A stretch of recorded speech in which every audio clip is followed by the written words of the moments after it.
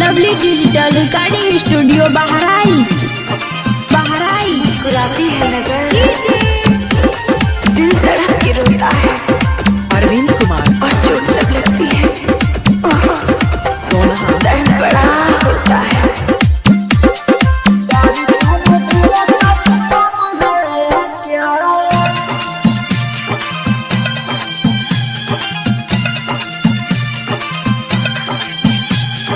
ससुरा में जाके पिया जी को पाके हमसे रिश्ता खत्म है क्या?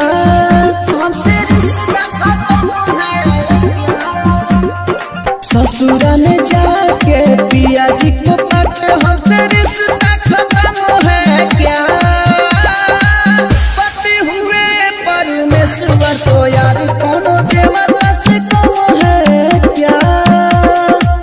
पति हुए परमेश्वर तो यार कोनो देवता से कम है क्या? हम हंसते हैं तो उन्हें लगता है कि हमें आदत है मुस्कुराने की, पर वो नादान इतना भी नहीं समझते ये अदा है हम छुपाने की। तो यार कोनो अरविंद कुमार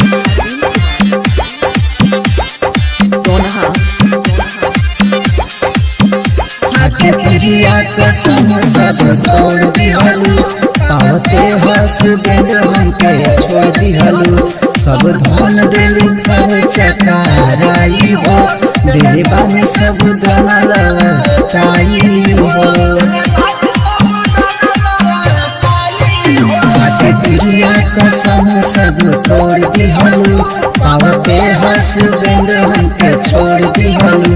सब धन दिलू खर्चा कराई हो, जौन दिले बानी दोना लवटाई हो।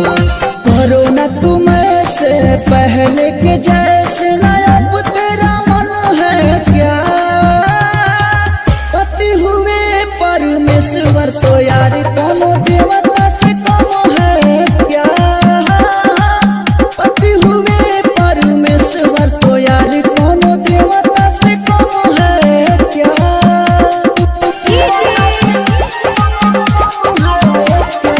अरविंद कुमार मोहब्बत का दर्द बड़ा जानलेवा होता है पूजा।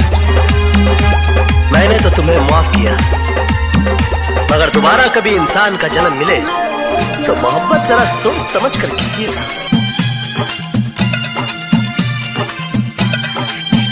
काहे कइलू तूने बदलत हो, हमर बात न का तोहरा कहत हो।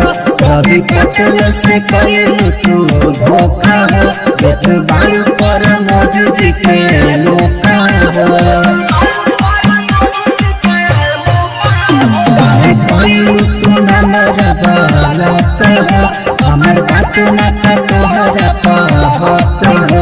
कभी पटल से कइलू तू धोखा हो, देत बारू पर मोदी जी के मौका हो। हमको